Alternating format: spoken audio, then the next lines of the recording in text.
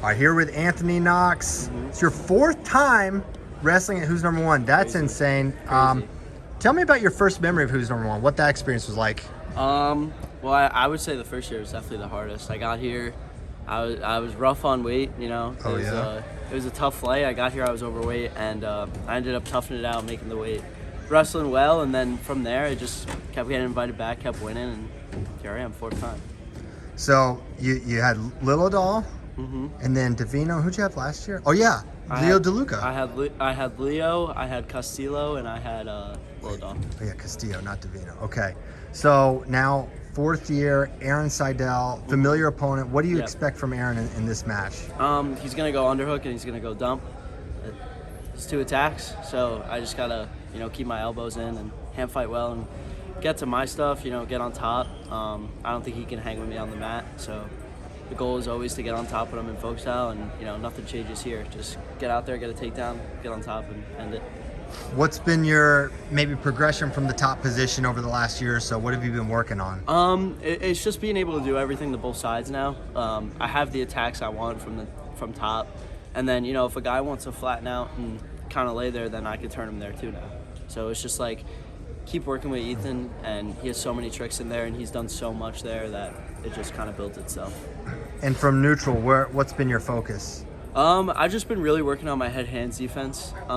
You see a lot of guys, like especially now, like the jump from high school to senior level isn't that big because everyone has great head and hands defense. Yeah. So just working on that, still getting better at hand fighting, but the leg attacks were always there for me. It's just defending with my head and getting to the hand fight and controlling my pace. Watching Marcus Blaze do what he did, how much confidence does that give you, knowing, hey, you had a very competitive 2 out of 3 with that guy? I'm the only guy who's taken him down domestically, which is crazy. Kind of a flex. Wrestled Vito, wrestled Nashon, wrestled all these guys, and I'm the only one who's taken him down. So it just shows me that my attacks are there, and I feel like that's the most important part. So once I start building around that and I start getting better at head and hands and stuff like that, and just the little nuances that I never really focused on, I feel like I could really jump to the next level. So you have this on your radar, and then you're going to be wrestling at Super 32. What's you're already committed, maybe could be the number 1 guy going to that. Why are you continuing to test yourself? Well, it's just like, I feel like a lot of guys, especially when they're at this point, like it's just a victory lap for them, right? Like, I don't want to do that. Like, let's go run up the score. Let's go, let's go to Who's Number One and tech this guy, and then let's go Super 32 and tech my way through that. Just the same thing I've been doing since I was a freshman, sophomore, junior, right? I'm not just gonna go out here and be like, oh, I'm gonna win all this stuff now because I'm Anthony Knox. Like, no, it's get back to work, get out there, dominate the same way I have been since I was a freshman, and just keep it moving. The joy you seem to have competing, what is it about competition that you seem to get so excited for? The attention. No, I'm just kidding. I mean, obviously, it's cool being under the spotlight. It's cool when everyone wants to see you wrestle, but I would say just like the creativity of it. Like I could go out there and I could do whatever I want, and people are gonna watch me, right? If I go out there and I laid on my back, people are gonna still gonna watch me, right? So it's just pretty cool, like the creativity of it, being able to go out there and be an artist on that mat. When did you start to feel that you were more under the spotlight and like start to get that more national attention? I would say my 8th grade year.